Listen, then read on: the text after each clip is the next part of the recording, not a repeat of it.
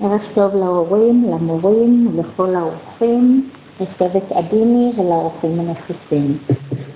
אנחנו מתחילים הערב בסדרה של הרצאות בנושאים שקרובים לליבם של הורים לילדים צעירים בגיל היסודי. הנושא הראשון שנבחר הוא חינוך ילדים לאחריות ולעצמאות.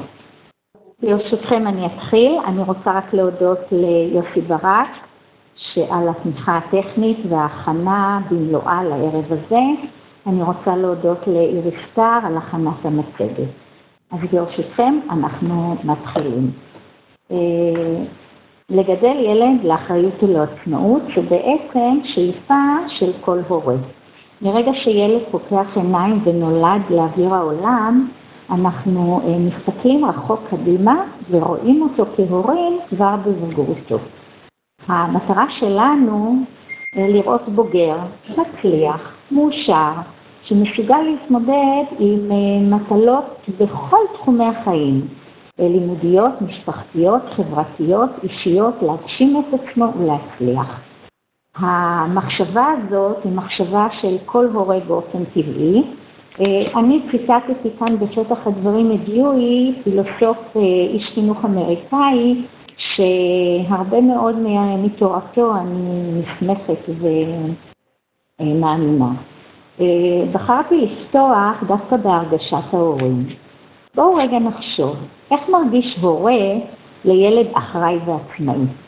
אז ילדים אחראים ועצמאיים מעוררים בהורים שלהם תחושת הצלחה, סיפוק, נחת, ביטחון והקלה. לעומת זאת, ילדים בלתי אחראים, בלתי עצמאיים, מעוררים הרבה פעמים בהורים תחושת תסכול, כישלון, חשש, עומס, כובד, לא קל.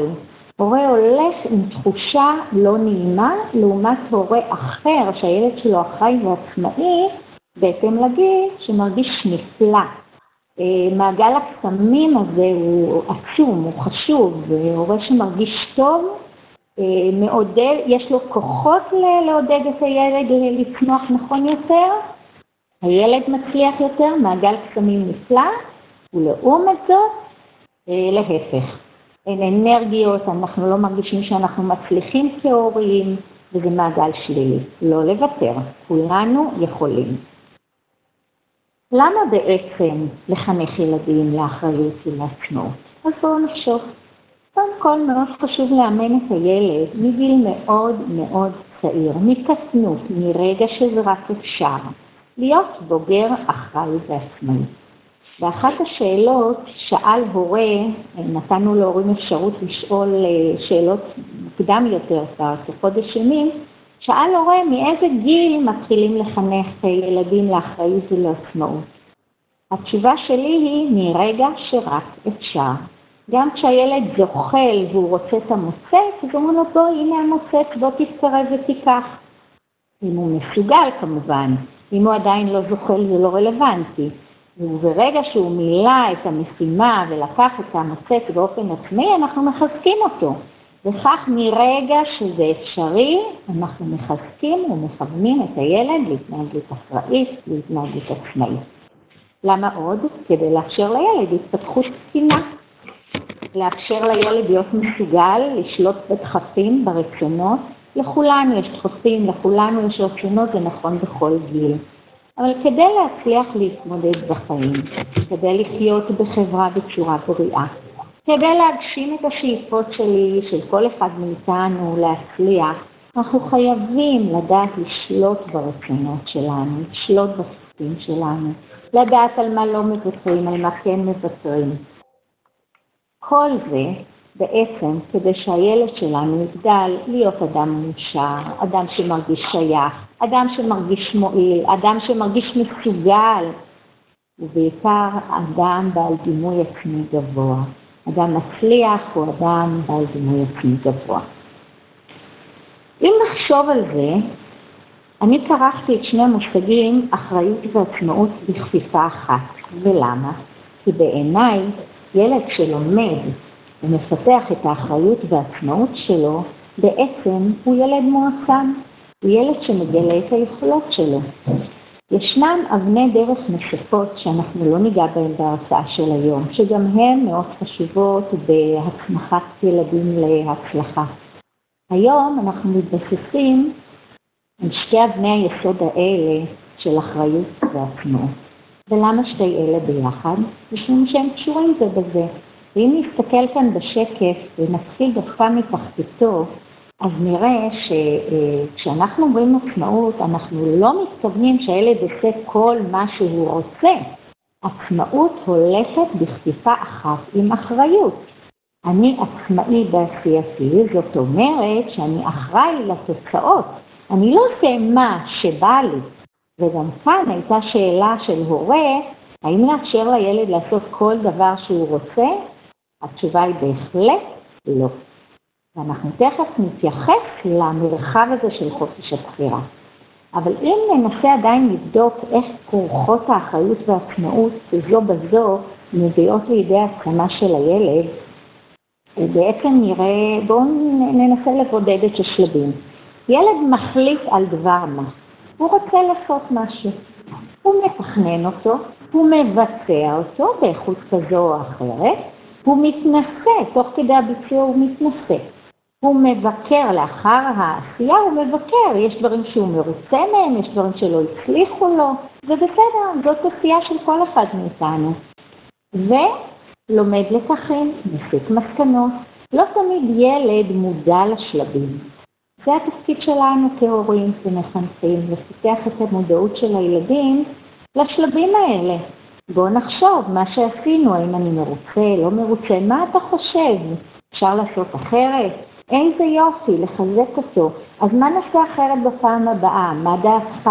לקיים דיונים עם הילדים, אבל בהחלט ללמד אותם ולאפשר להם להתנסות. מהי בעצם אחריות? מהי עצמאות?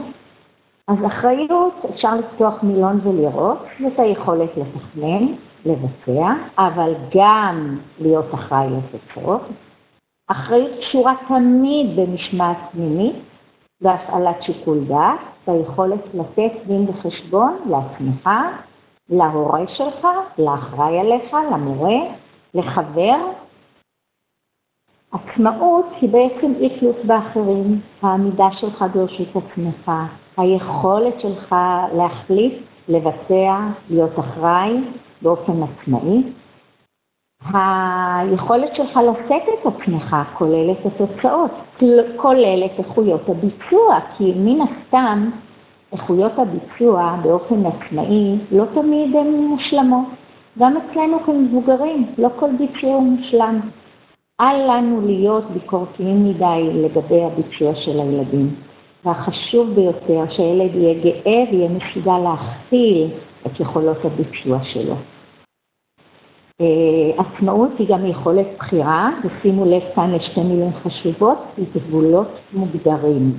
אנחנו מאפשרים עצמאות לילדים.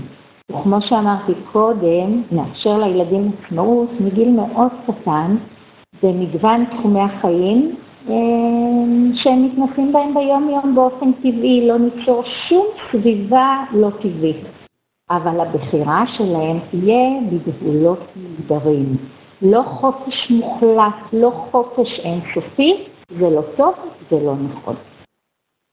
העצמאות גם קשורה במידת המודעות לסביבה, ולמידה מיכולת התכנון והבקרה. המודעות לסביבה משתנה עם הגיל, ואמורה להיות גדולה יותר, ככל שילד גדל ומתפתח. אנחנו כהורים נאפשר לילדים את מרחב הבחירה, מרחב העצמאות, בהתאם לגיל שלהם. רבותיי, שימו לב, התנהגות בכל תחום, גם בתחומים הללו, היא דבר נלמד. התנהגות אחראית לעצמאות, דורשת אימון רב מאוד. האימון צריך להיות בכל תחומי החיים. ילד שהתנסה בהתנהגות אחראית ועצמאית מגיל צעיר ביותר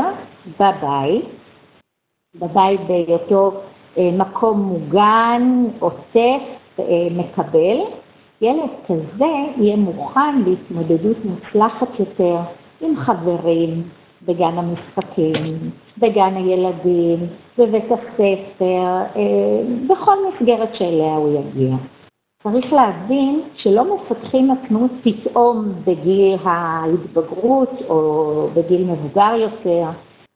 עצמאות ואחריות צריכים להתפתח מרגע שילד מתחיל להבין ומסוגל. ישנו פרדוקס. כנראה שכל הורה שואף שהילד שלו יהיה עצמאי ואחראי, אבל אנחנו רואים או יכולים לחלק את ההורים לשתי קבוצות עיקריות. ישנם הורים שלא מאפשרים לילדים הזדמנויות ובעצם עושים במקומם את מגוון המטלות. ניסיתי לחשוב ולרכז את כל הסיבות גם מספרות מקצועית וגם מהתנסות מקצועית, ובואו נראה מהם הסיבות שהורים לא מאפשרים לילדים להתנסות בפיתוח אחריות ועצמאות, ולאן זה מוביל את הילדים מההשלכות. הורה שעושה במקום הילד שלו בעצם רוצה להבטיח עשייה, רוצה להיות בטוח שהמשימה נעשית. הוא רוצה להבטיח שהעשייה תהיה טובה, איכותית, מה שהוא חושב. הורה כזה רוצה לזרז את העשייה, לא תמיד יש לו זמן לחכות. הוא רוצה להימנע לפעמים מעימות עם הילד, מהתמודדות, העשייה היא לא תמיד קלה, לפעמים היא קשה. יש הורים שמרחמים על הילדים, לא רוצים לדרוש מהם יותר מדי, חושבים שזה קשה מדי, הילד לא רוצה, לא מתחשק לו, הוא מעדיף כרגע לצפות בטלוויזיה או לשחק במחשב. יש הורים שלא סומכים על הילדים, לא באמת מאמינים שהילד שלהם מסוגל. וכאן בואו נחשוב על זה שאם אנחנו משדרים לילד חוסר אמונה ביכולתו, זה לא דבר שהוא רצוי. הורים שעושים במקום ילדם בעצם משדרים לילד שהוא לא מסוגל, ובכך הם מחלישים אותו. הם מלמדים אותו בעצמו לא להאמין בכוחות שלו. ילד כזה שלא מאמין בעצמו, לא מאמין בכוחות שלו, גם לא ינסה, גם לא יתנסה. ילד כזה יפתח יכולת נמוכה של התמודדות. יפתח חוסר ביטחון, חוסר אמונה בעצמו. ילד כזה יפתח הערכה עצמית נמוכה, הוא יפתח תלות באחר, והילד הזה יתקשה יותר להתמודד במגוון משימות החיים. לעומת זאת, הורים שמאפשרים לילדים להתנסות, הם צריכים להיות בסביבה, להשגיח, לכוון ולייעץ, להיות שם בשביל הילד, אפילו לתמיכה רגשית, לא אפילו, בעיקר. הורים כאלה משדרים לילד שהם מעריכים את העשייה שלו. הם מכבדים את הדרך שלו, את הקצב שלו, כי יש לקחת בחשבון שלעיתים הילד עובד בקצב אחר, עד שהוא מתחיל, עד שהוא מבצע, עושה הפסקות. הורים כאלה משדרים לילד שהם סומכים עליו, מאמינים ביכולת שלו, הם מלמדים אותו את עובדות החיים, שיש חובות וזכויות. הורים כאלה משדרים לילד תחושת מסוגלות, תחושת עוצמה, תחושה שהם מאמינים בו, באופן אוטומטי הוא לומד להאמין ביכולות שלו. הורים שמאפשרים לילד להתנסות, משדרים לו תחושת מסוגלות, העצמה, משדרים לו שהם מאמינים ביכולת שלו, הילד מתנסה ולומד מטעויות. וכאן אני רוצה להדגיש שאל לנו לחשוש מטעויות של ילדים. גם אנחנו לומדים תוך כדי טעויות. בעצם הטכניקה של לטעות היא טכניקה נהדרת כדי לצמוח. לא צריך להיבהל, גם אם ילד חוזר ממבחן והוא טעה במבחן, אם נשב ונבדוק מה הסיבה לטעות, נלמד המון. לכן כל התנסות יכולה להיות מלווה גם בטעויות. תזכרו שכשלומדים למשל לרכוב על אופניים, נופלים ונפצעים, ואף אחד מאיתנו לא נבהל, אנחנו יודעים, מצפים לזה, שבדרך לרכיבה מנוסה, אנחנו גם נופלים ונפצעים, זה נראה לנו טבעי. וכך גם צריכה להיות הגישה שלנו בכל עמידה ובכל התנסות בכל תחום. הילד הזה מפתח גם יצירתיות, מפתח יכולת מחשבה עצמאית. ילד כזה מפתח הערכה עצמית גבוהה. ומה יותר טוב מזה כדי להפוך ילד להיות כשיר יותר להתמודד עם משימות החיים, ושוב, אני מדברת לא רק על משימות לימודיות, אלא על תקשורת עם חברים, על איך להתארגן במשפחה, על התארגנות בצבא, בתיכון, עמידה בלחצים, השתלבות בשוק העבודה, בעצם בכל אחד מתחומי החיים, בצדדים הקטנים והגדולים. ריכזתי לנו מספר עקרונות של עשה ואל תעשה, כדי שיהיו לנו ככה טיפים לגבי גידול הילדים שלנו. אז בואו נעבור ביחד על עקרונות העשה. הדבר הראשון והמרכזי והחשוב ביותר, תאמין בילד. כמובן שלפני כן צריכה להיות אהבה בסיסית לילד. תאמין בילד שלך. ומיד אחרי תאמין בילד שלך, דרוש מהילד שלך. אם אני דורש מהילד, אני מאפשר לו להתפתח. ילד שמקבל הכל על מוכן, לומד להיות פסיבי, לא מתנסה, זה לא לטובתו. בואו נדרוש מהילדים. תן לו ללמוד מטעויות, עודד אותו על ההתנסות, עודד אותו על הצלחה, עודד אותו לחשיבה יצירתית, לוגית. בואו נחשוב, אם כך קרה, מה יהיה השלב הבא, אפשר לכוון, לייעץ. רעיון חשוב נוסף הוא לתת לילד דוגמה אישית. ילדים לומדים המון, מתוך חיקוי, מתוך התבוננות. אם אני מחנכת את ילדיי לא לשקר ואני משקרת, אז בוודאי שאם אני נותנת פתק למורה שהיינו באירוע וחזרנו מאוחר והילד יודע שזה לא נכון, הדגמתי לו שקר. אני לא יכולה לחנך אותו לא לשקר, כי המעשים שלי, הדוגמה האישית שלי הרבה יותר חזקה מהמילים. וילדים הם יצורים חכמים כל כך, הם קולטים הכל. לכן דוגמה אישית היא עיקרון מאוד חשוב. נלמד את הילדים שלנו לתכנן זמן, נלמד אותם לבקר את העשייה. אני רואה כאן שאלה, אני מיד אתייחס. נלמד את הילדים לבקר את העשייה שלהם, נראה ממה הם מרוצים, ממה לא, נעשה חשיבה ביחד. ניתן לילדים חופש בחירה בגבולות נתונים, ולא, כמו שאמרתי קודם, לא באופן מוחלט. וכך נבנה תחושת המסוגלות לילד. מה לא נעשה? אילו כללים של אל תעשה? לא נשדר לילדים תחושה של לחץ. לחץ לא עושה טוב בשום תחום שהוא, לחץ מעכב התפתחות. אנחנו רוצים לתת לילדים תחושת רוגע, תחושת מסוגלות, ולא לחץ. גם לא להלחיץ את הילד, לא לפקפק ביכולת שלו. אנחנו צריכים לשדר לילדים שלנו שהם מסוגלים, ואנחנו מאמינים בהם. אל תאפשר לילד חופש מוחלט, חופש מוחלט מתסכל מאוד ומאכזב מאוד. אל תאמר לילד אינך מסוגל, אנחנו לעולם לא מדברים בלשון של שלילה. אל תאמר לילד אתה חסר אחריות, גם אם כעסת עליו.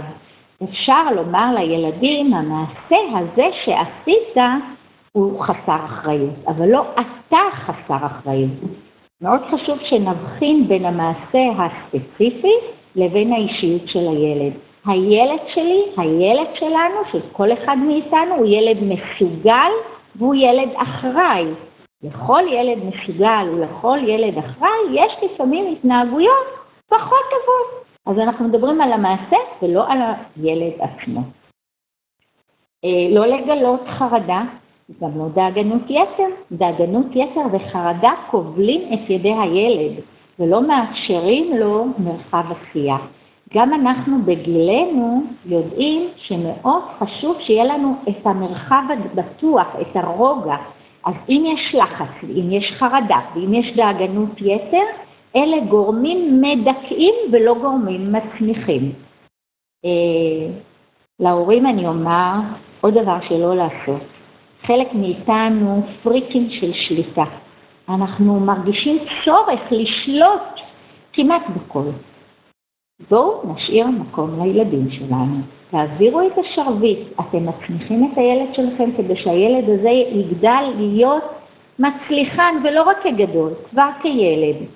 בואו ניתן לו אפשרות להתנסות, בואו ניתן לו מקום לשלוט, מקום לבצע דברים. מאוד חשוב שכהורים נימנע מרגשות אשם. אם אני לא מספיק עם הילד, ואם אני אימא קרייריסטית שעובדת הרבה ומגיעה מאוחר, זה שאני אעשה עבור הילד שלי משימות, זה לא עושה אותי אימא טובה. אם אני אכוון את הילד ואתן לו את המטריה הבטוחה ואת החיבוק הזה לעודד אותו לעשייה, אני מצמיחה אותו הרבה יותר מאשר אם אני עושה במקומו. וברשותכם אני רואה כאן שאלה שנשלחה אלינו, היכן עובר הגבול בין עצמאות שמאפשרים והדגש על אחריות? מתי זה בסדר להתערב ולכוון? שאלה לא פשוטה. איפה עובר הגבול? אני חושבת, תראו, אין כללים ברורים. החוש שלנו, האינטואיציה שלנו כהורים, מצד אחד אנחנו רוצים לתת לילדים להתפתח ולהתנסות. אבל אני לא אתן לילד שלי להתנסות בדברים שלא מתאימים לגיל שלו. אני אתן דוגמה קיצונית. ילד בן 2, גם אם הוא רוצה לחצות את הכביש לבד, אני לא אתן לו. זאת לא עצמאות. אם אני אתן לו, זאת חוסר אחריות שלי כהורה. כי הוא לא מסוגל להבין את תנאי הכביש ומה זה לחצות כביש בצורה בטוחה. וכך אני מפעילה שיקול דעת בכל תחום, עד כמה אני יכולה לאפשר לילד את מרחב הבחירה, ובאיזה תחומים. התחומים הם כל אחד מתחומי החיים. ההתנסות צריך פשוט לראות, לתת לילד דברים קטנים, משימות קטנות, לאפשר לו, לעזור לו, לכוון אותו, אבל לא לתת לו בתחומים שלא מתאימים. אם נניח ילד אומר, אני כבר גדול, אני רוצה לישון, בגיל 8 הוא רוצה לישון ב-12-1 בלילה לראות סרטים. לא, זו לא אחריות שלו, זו אחריות שלי. כי יש מספר שעות שינה שהן מאוד משמעותיות לילד, להתפתחות התקינה שלו. אז כאן אני נכנסת ומסבירה לילד שלי, אני מבינה שאתה רוצה לגלות עצמאות, אבל כמו שאמרתי קודם, אחריות כרוכה עצמאות כרוכה באחריות. לא לישון מספיק שעות שינה יפגע בהתפתחות שלך. ולכן אני לא יכולה לאפשר לך להישאר לראות סרטים עד שעה מאוחרת. אם הורה מתלבט, אני מזמינה אתכם באמת בכל זמן לשלוח שאלות לאתר במייל שלנו, לבית ספר הדיני, ואני אתייחס לכל שאלה. ייתכן שיוסי יפתח לנו פורום שנוכל, הנה הוא מהנהן בראשו, אז יוסי יפתח לנו פורום בנושא הזה ונוכל, אני אענה על השאלות שלכם. אבל אני כבר אומרת, תפעילו את האינטואיציה הבריאה שלכם כהורים. כל אחד מאיתנו בתוך תוכו יודע מה טוב לילד שלו ועד כמה. ואם לא, אז אני כאן גם טוב להתייעץ עם אחרים. חוכמת ההמונים היא דבר נהדר. אני מציעה לשוחח ביניכם כהורים, בני משפחה, אבא עם אמא וכו'. נשאלת השאלה, באיזה תחומי אחריות? אני מספר פעמים כבר אמרתי שתחומי האחריות צריכים לבוא לידי ביטוי וגם עצמות בכל תחומי העשייה שילד כרוך אליהם. אז בואו נראה.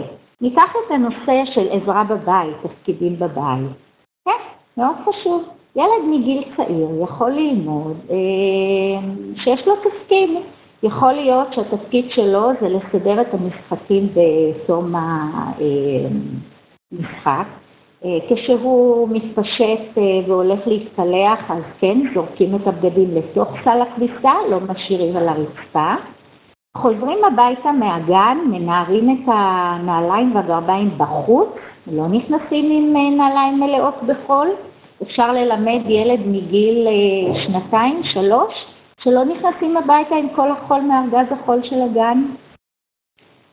אפשר ללמד ילד בתחום של שמירה על הגוף. אני מצחצח שיניים, אני מסרק את השיער, אני גוזז ציפורניים. גם אם לא אני גוזז, אני מאפשר לאמא או לאבא לגזוז ציפורניים. גם אם אני לא אוהב את זה, אני חייב. הנושא הרגיל של שימוש באייפונים, באייפדים, במחשב, בתוכנות תקשורת כמו פייסבוק, כמו וואטסאפ ועוד. כמה חשוב שנשוחח עם הילדים ונבקש מהם ונקפיד שהם יגלו התנהגות אחראית. לא יכתבו בוואטסאפ משהו משפיל על ילד אחר או משהו פוגע, וגם אם הם תעשו על חבר בצדק, זאת לא הדרך לכתוב ולהתנסח ולהתחשבן עם ילד או עם כל אדם אחר בתקשורת שהאחרים חשופים לה. שימוש במכשירים כאלה יכול להיות נפלא ומועיל, אבל באותה מידה הוא יכול להיות הרסני ופוגעני. ללמד את הילד להיות אחראי ועצמאי בהכנת התיק. אנחנו קובעים עם הילד את השעות שמסדרים את התיק, עד איזה שעה מותר להכין שיעורי בית אצלנו בבית. יכול להיות שאני מרשה עד 6 בערב, יכול להיות שבבית אחר מותר עד 8 בערב, כל בית יקבע את הכללים שלו. אבל אם יש בית שמאפשר להכין שיעורי בית עד 12-1 בלילה, משהו לא בסדר בשיקול הדעת. אנחנו קובעים באיזה שעה אנחנו מכינים את התיק ואת הבגדים שאנחנו לובשים מחר. כן, הילד צריך לעשות את זה כבר מכיתה א'. הוא יודע, יש תלבושת בית ספר, יש את הבגדים שהוא ביניהם יכול לבחור, ובין הבגדים שהוא יכול לבחור, הוא מארגן ומכין את עצמו. הוא מארגן את התיק, הוא מתכנן את המשחקים, הוא יכול להיות עצמאי במשחקים שלו, הוא אחראי על שימוש בשפה. יש מילים שאני לא משתמש בהן, יש מילים שאני כן משתמש בהן, אני אחראי לשמור על הגוף שלי, ומגיל מאוד צעיר גם השימוש בכסף, הנושא של חשיבה כלכלית. וזה נכון כבר מגיל מאוד מאוד קטן, בין אם נותנים דמי כיס ובין אם לא נותנים דמי כיס. לפני הליכה לסופר, אנחנו מתכננים עם הילד מה נקנה, כמה פריטים אני אקנה לו, לא כל דבר שהוא רוצה. גם אמא ואבא לא קונים כל מה שהם רוצים. אנחנו צריכים ללמד את הילדים את עובדות החיים, וכמו שאמרתי קודם, גם לתת דוגמה אישית. ומתוך זה הילדים מפתחים את האחריות שלהם. אחריות לגבי שינה, לגבי מזון, מה אני אוכל, מה אני לא אוכל. נכון, אני אוהב מתוק, כולם אוהבים מתוק. כמה מתוק אני אוכל, איך אני אשלוט ויהיה אחראי כדי לא להכניס לגוף שלי רק דברים שלא בריאים, או בעיקר דברים שלא בריאים. למה חשוב לשתות מים ולא מתוקים? אם אנחנו נסחפים אחרי רצונות הילד, ולא משוחחים ולא מסבירים ולא מדברים על הדברים שוב ושוב ושוב ושוב, הילד לא יפנים, הוא לא יבין. בחינוך צריך עקביות, צריך להיות ברורים, צריך לחזור על דברים הרבה מאוד פעמים. הכנסתי גם את הנושא של בטיחות. ילד צריך לדעת לשמור על עצמו כשהוא רץ, כשהוא הולך, כשהוא חוצה כביש, כשהוא הולך לבית הספר, כשהוא הולך לחבר, אפילו במשחק בבית, ממה אני נמנע, לא נוגעים בחשמל, לא מדליקים אש, לא מתעסקים בנרות, בהרבה מאוד תחומים. לכן בעצם כל תחום אני בטוחה שאפשר להוסיף כאן לשקף הזה עוד הרבה מאוד תחומים, הרעיון ברור. תחומי האחריות והעצמאות של הילד צריכים להתפתח בכל אחד מתחומי החיים שקשורים לחיי היום-יום שלו. מה הם תנאי הבסיס להצלחה בחינוך? קודם כל, אהבת הילד ללא תנאי. אהבה אמיתית, לקבל את הילד כמו שהוא, לא כמו שרציתי. ילד זה לא דבר שאני מזמינה. נולד לי ילד, אני מקבלת אותו כמו שהוא, על החולשות והחוזקות שלו. להאמין בילד. לראות את טובתו לטווח ארוך ולא רק בטווח הקצר והמיידי. הילד בן 3, הילד בן 6, אני כבר רואה אותו בגיל 16, בגיל 30, אדם בוגר. תמיד לראות אותו כילד, אבל גם לראות את הדרך רחוק וקדימה. לתת חיזוקים חיוביים כמה שיותר. חיזוק חיובי בונה את הילד יותר מאשר עונשים, יותר מאשר נזיפות. אנחנו צריכים מעט מאוד להעניש, מעט מאוד לנזוף, אבל הרבה מאוד לחזק את הילד בחיזוקים חיוביים. חיזוק חיובי, כדי שהוא יהיה אפקטיבי, הוא חייב להיות אמיתי. ילדים הם חכמים, ואם אני נותנת לילד חיזוק והוא לא אמיתי, הילדים מזהים. לא מאמינים לנו יותר, אנחנו מאבדים אותם. לכן הקפידו על הרבה חיזוקים וחיזוקים אמיתיים.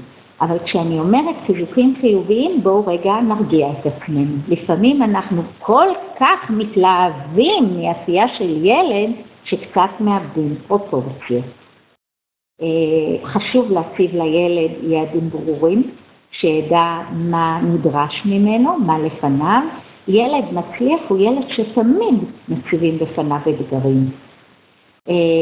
כשאני דורשת מהילד, בעצם אני משדרת לו שאני מאמינה בו, שהוא מסוגל, וזה כל כך חשוב. יחד עם זה הדרישה צריכה להיות תואמת גיל, אני צריכה להיות מודעת עד כמה הילד מודע לסביבה שלו, עד כמה הכוח הפיזי שלו, הכוח השכלי שלו. לא להיות ביקורתי מדי, גם אם הילד טעה, גם אם הילד יתעצל, גם אם הילד נמנע. לא להיות ביקורתי. ברגע שאני ביקורתית מדי, אני מנטרלת את הילד, אני מרפה את כוחו. מאוד חשוב לנהל עם הילד שיח פתוח, אמיתי, מפרגן, שתמיד, אבל תמיד, ישדר לו שאני מאמינה ביכולת שלו, בכוחות שלו. גם אם הילד שלי לא עשה. אם אני אנזוף בו ואכעס עליו וישדר לו שאני לא מרוצה ממנו, אני לא מחזקת אותו.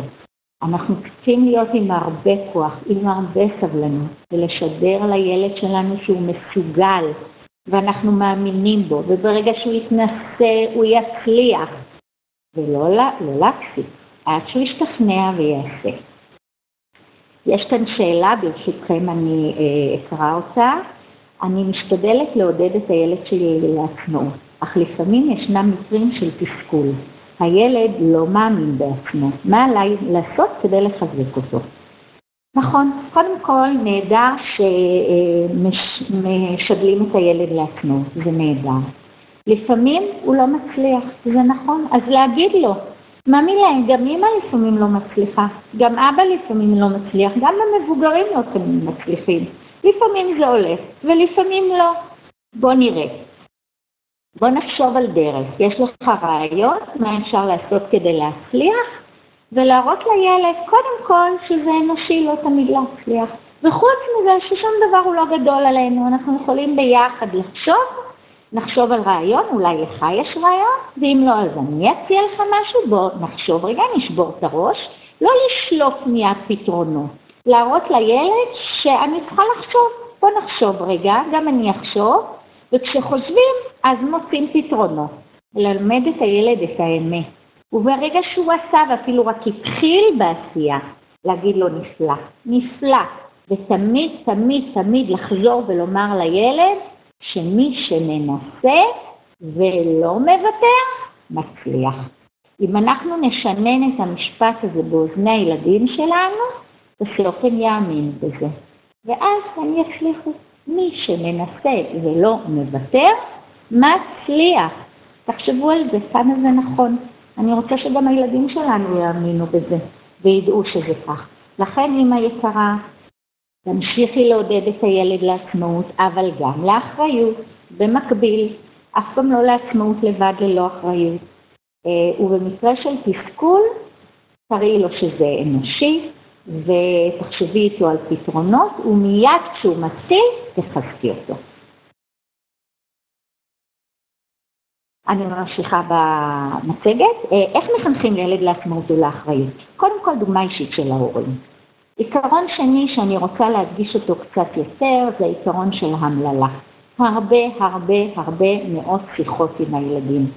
אני משתמשת במושגים שאני רוצה להכניס אותם בבסיס החשיבה וההתנהגות של הילדים שלי. אני אומרת לילד שלי, אתה ילד אחראי, פה התנהגת באחריות, איזה יופי. נפל האח הקטן שלך המוצץ והרמת לו. נפלה הצלחת ואספת את כל מה שהיה כאן. הקפדת לחזור בזמן, סיימת את השיעורים באופן עצמאי. אני מחזקת את הילד ואני משתמשת במושגים וגם מוכיחה אותם, שהוא ידע על מה הוא מקבל ממני מחמאות. מאוד חשוב בהמללה גם לדבר עם הילדים, לספר להם למה אנחנו מצפים, איזו התנהגות אנחנו מעריכים, ואנחנו חושבים שהיא נכונה, לנתח את המצבים, מה כן עבד, מה לא עבד. אתה יודע, אני כל כך נהניתי ממך, אני ממש מוקסמת. איזה רעיון מקסים היה לך כדי לבנות את המבנה הזה, או כדי לפתור את השאלה הזאת, או כדי, בכל תחום, או כדי לפתור בעיה עם חבר שהתעוררה. אני מדברת המון לזה, תתבוננו בילדים שלכם. תתבוננו בהם כשהם משחקים לבד, כשמכינים שיעורים, כשהם עם בני משפחה, כשהם הולכים לישון, בכל מצב. ותדברו עם הילדים לפני, תוך כדי ואחרי המעשה. השימוש במושגים של אחריות ועצמאות צריכים להיות שבורים, זה חלק מהשיח. שיח חשוב שיהיה שיח כן, שיח אמיתי, וגם שיח שדן בפתרון בעיות. אפשר גם לשתף את הילדים. היום התמודדתי עם משהו שהיה לי מאוד קשה, לספר להם. שיח כזה מעודד את הילדים לספר גם כן, וביחד אנחנו חושבים על התמודדות. עוד חשוב, כמו שאמרתי קודם, לתת לילדים משוב, לעודד אותם, לתת להם הזדמנות להתמודד עם משימות שונות, להימנע מהאמירות שליליות, להתחשב ברצונות הילד. רבותיי, דברים שילדים אוהבים הם עושים בלי בעיה. ילד שיש תוכנית משלמת בטלוויזיה יודע בדיוק מתי התוכנית מתחילה, הוא לא יאחר, הוא יגיע בזמן והוא יראה את התוכנית. כן, להתחשב ברצונות של הילד, למה לא? מאוד חשוב. לא בכולן, לא רק לפי רצונותיו, אבל גם להתחשב ברצונות. לתת לילד הזדמנויות להתנסות, לתת לילדים משימות קטנות, לא להכביד עליהם. ההחלטה שלי איזו משימה לאפשר לילד להתמודד, צריכה להיות מתוך שיקול דעת שהילד יצליח. אם אני רוצה לבנות את תחושת המסוגלות של הילד שלי, אני נותנת לו להתמודד עם משימות שאני כמעט בטוחה שהוא יצליח בהן, כי אני רוצה לאפשר לו להתמודד. אחרי שהוא מתמודד, אני יכולה להגביר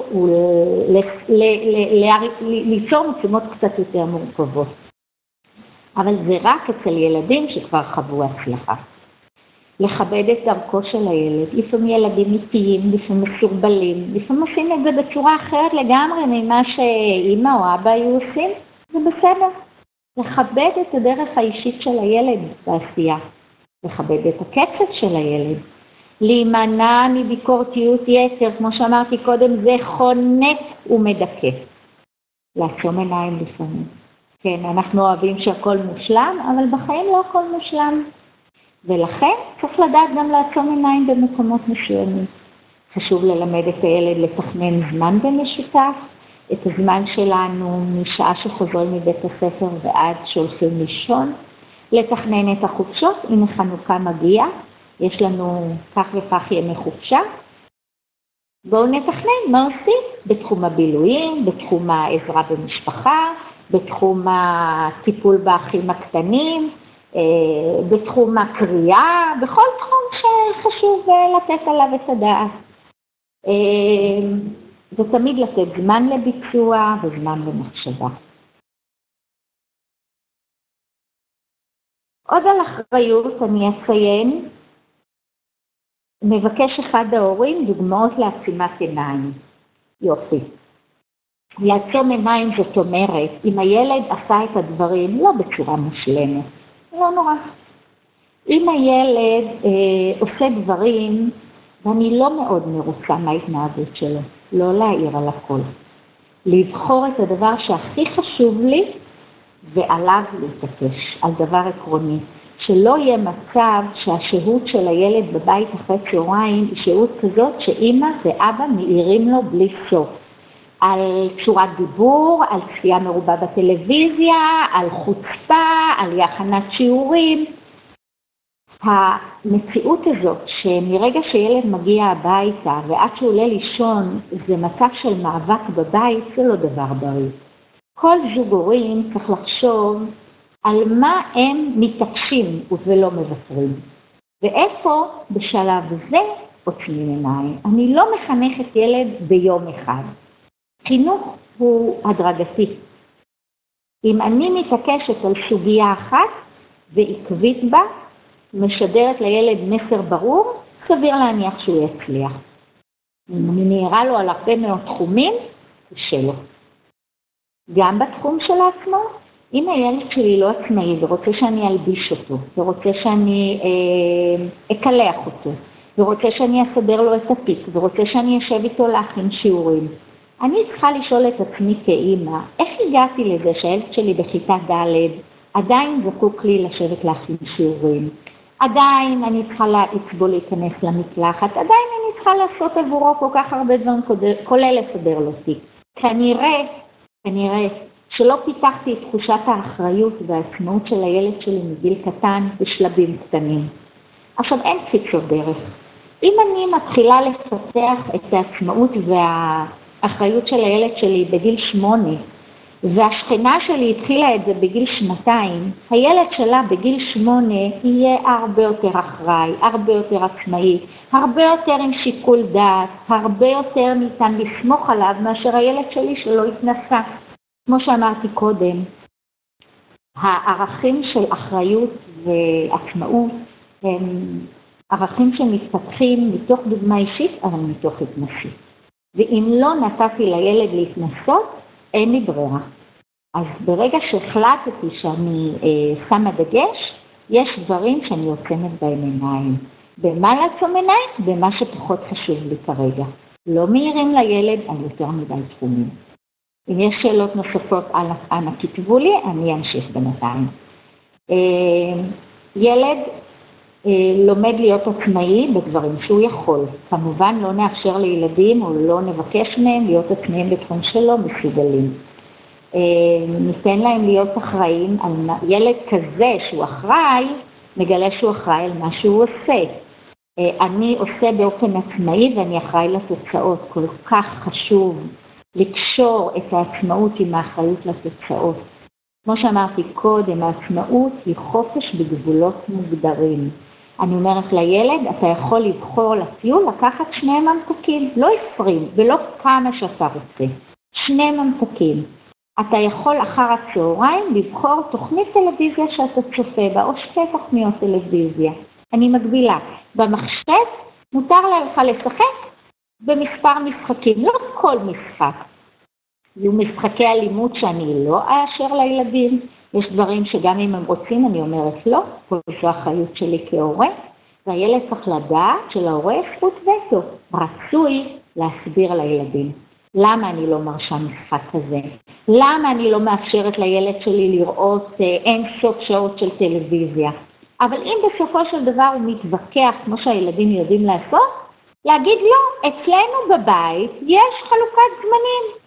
לא מבלים את כל אחר הצהריים בצפייה בטלוויזיה. לכן חשוב לתת עצמאות באיזשהו מרחב, לא פרוץ לגמרי, במרחב מוגבל. החופש המוחלט מאוד מבלבל את הילדים, הוא גם מאוד מתסכל. תפקיד ההורים לאפשר לילד את התחושה הנפלאה הזאת של חופש בחירה בתוך מרחב אפשרויות נתון. שואל הורה, האם זה בסדר, לפחות בשלב הלמידה, לתת לילד גמול על מעשים עצמאיים ואחראים? בהחלט כן. הגמול לא צריך להיות כספי, הגמול צריך להיות חיוך, מילה טובה, הערכה, אתה ילד מדהים, אני גאה בך, איזה כיף לי שאתה הילד שלי, איזה ילד מדהים אתה. אין דבר מתגמל ילד יותר מאשר מילה טובה, יותר מאשר הערכה אמיתית. שכמו שאמרתי קודם, אם נבלט ונגיד לו יופי יופי, מקסים, הילד יכול להבין שזה ממש לא מקסים וממש לא יופי. אבל אם אני אמיתית ואני מתלהבת מהילד, אתה מדהים, אני נהנית לראות אותך, אתה מקסים, תראה מה עשית, תראה איך אתה מסוגל, תענוג. אני בונה את היכולת שלו. גמול הוא דבר טוב, שוב אני אומרת, לא גמול כספי וגם לא לקנות מתנות. ישנם הורים שאני שמעתי הורה שאמר לילד, תתנהג יפה שבוע, תקבל נעלי פומה או נייק או משהו. אז מה יקרה אם הוא יתנהג חודש יפה, יקנו לו מכונית? בואו לא נגזים. מילה קטנה, סוכריה, ושוב אני אומרת, תמיד המילים הטובות והערכה הן יותר מהכל. אם כן, היא לא נבהלת ששמים לילד פרס קטן מדי פעם, אבל לא להגזים בקניות. אני מקווה שעניתי לשאלה, וברשותכם אני אמשיך. חינוך לאחריות ולעצמאות מובילים לתחושת מסוגלות, לאמונה עצמית. מובילים להערכה עצמית גבוהה של הילד את עצמו. גורמים ליכולת התמודדות במגוון מצבים ומקומות שונים. מפתחים אצל הילדים חשיבה יצירתית, כי כדי לפתור דברים, כדי להתמודד עם דברים, חושבים איך אני מתמודד. החשיבה היצירתית, לפעמים לוגית. הילדים גדלים, מתנסים ומגבשים זהות עצמית אישית. עכשיו ילד שלא מתנסה, הזהות שלו פחות חזקה, פחות מסוגל, פחות מאמין בעצמו. ילד שמתנסה, גם אם הוא טועה, גיבוש הזהות שלו היא הרבה יותר יציבה, חזקה, טובה. ילד כזה יגיע הרבה יותר בחיים במצבים של אושר, של סיפוק, של משמעות, שזה דבר נהדר. אין כמו הצלחה לחינוך הילדים להצליח עוד יותר. זה מעגל שרק מצמיח לטובה. ברשותכם, את עיקר הדברים שלי אני סיימתי. אם הורים קרייריסטים וחוזרים מאוחר, ואז כן. חוזרת מאוחר, אז מה? הורים קרייריסטים לא צריכים לתת ליסורי המצפון להנחות אותם. אני צריכה לאפשר לילד שלי להתנסות, לדרוש ממנו עצמאות ואחריות, ולא לעשות את הדברים במקומו. אני צריכה להיות שם בשבילו, אני צריכה לשבת לשוחח איתו, להראות לו שאכפת לי, שאני מעורבת, שאני נמצאת לתמוך בו, לייעץ לו, לכוון אותו, לעזור לו, אבל לא לעשות את הדברים בשבילו, כי אני אימא עסוקה שלא נמצאת בבית. עניתי לשאלה? את אומרת למצוא זמן בכל זאת, אם אין זמן?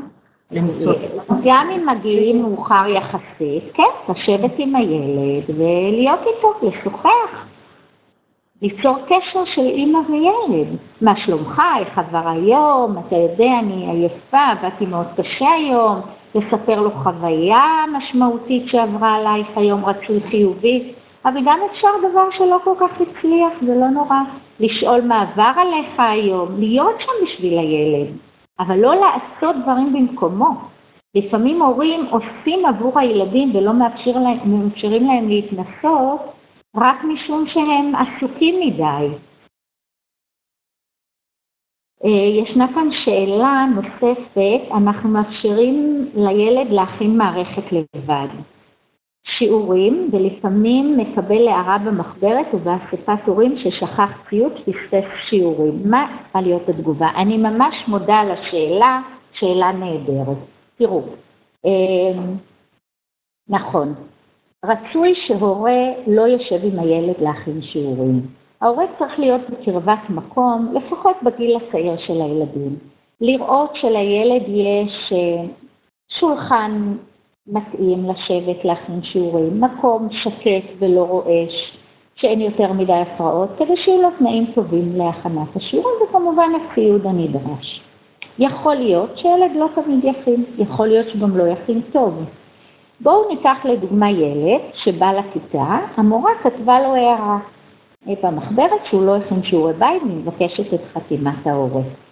אם הורה רואה הערה כזאת ומשוחח עם הילד ואומר לו, למה לא בלי שיעורים? הילד אמור להסביר, לא הבנתי, לא זכרתי, הייתי עייף, כל מה שהוא יגיד. תנהלו עם הילד דיון.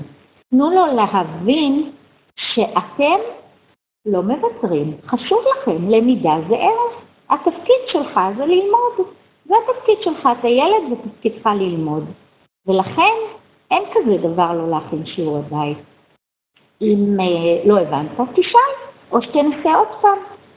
ולכן, א', הורה לא צריך להיבהל אם ילד קיבל הערה.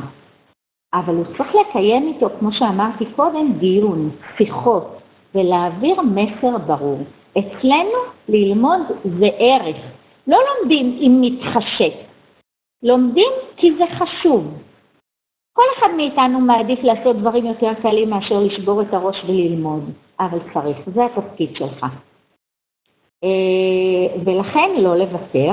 אני רוצה גם להתייחס לסוגיה של הבאת ציוד.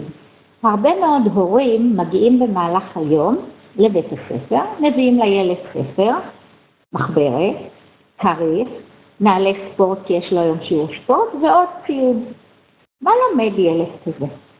ילד שאבא או אמא או בן משפחה מגיע עם ציוד עבורו, לא מפתח את האחריות ואת העצמאות שלו.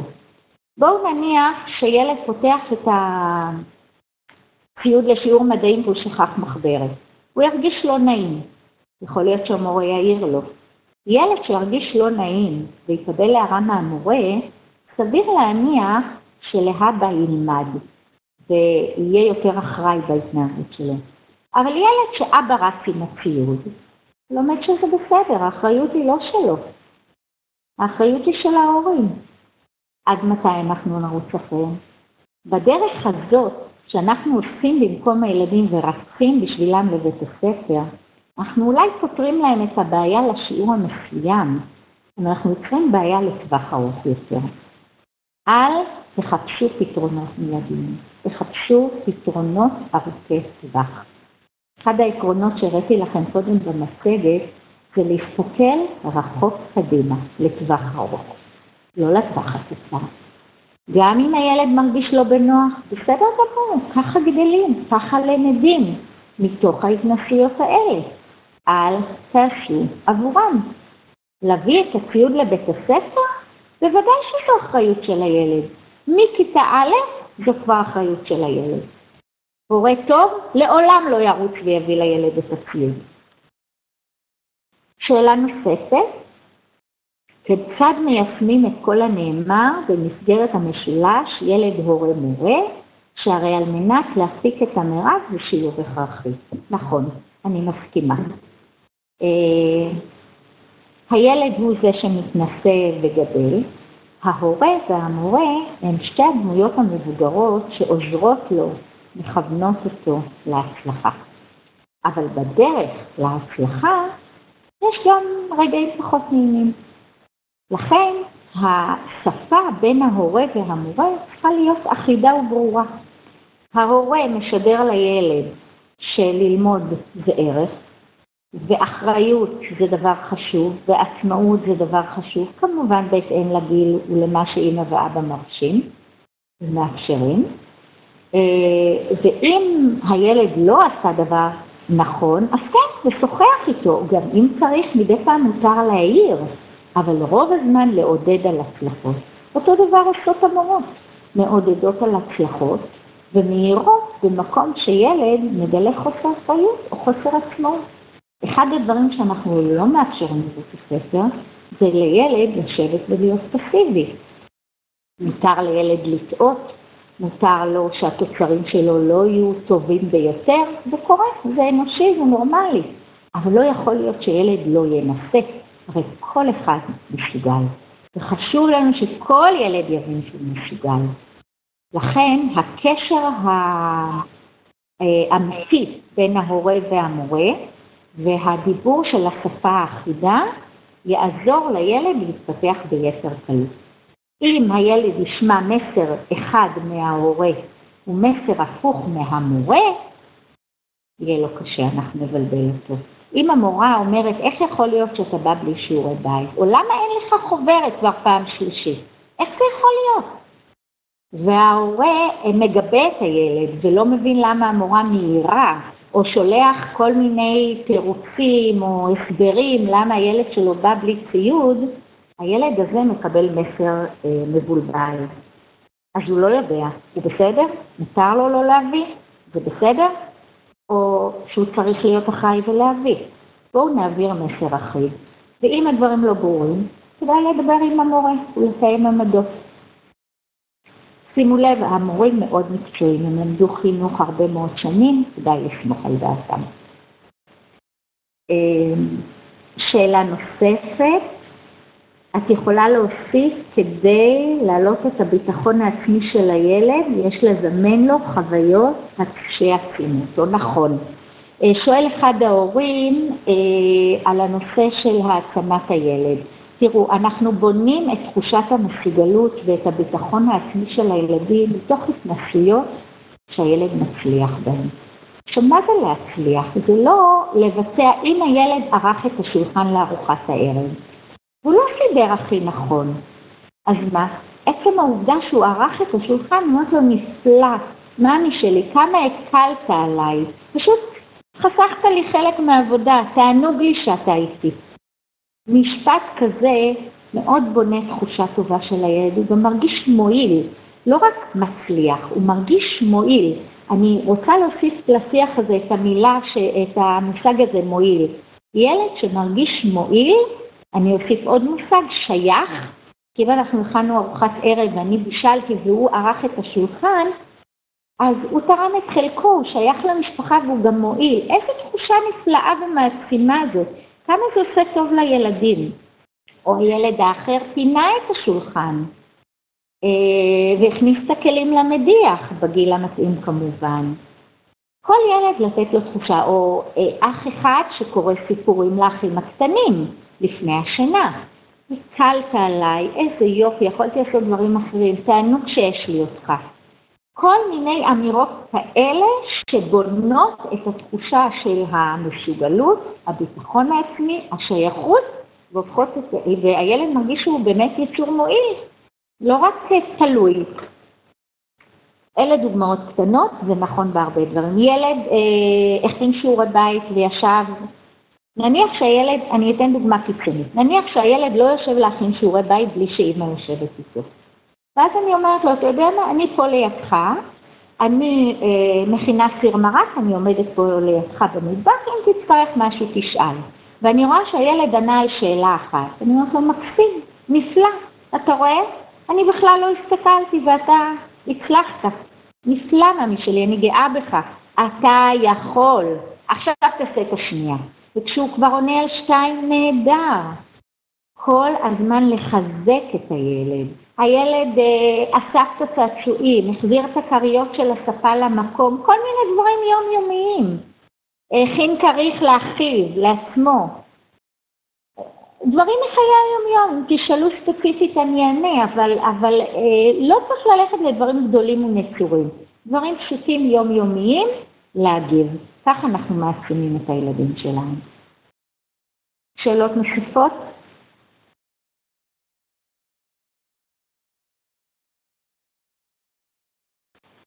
הורה ששואל על תחומים נוספים, למשל במשחק, על מרחב בחירה.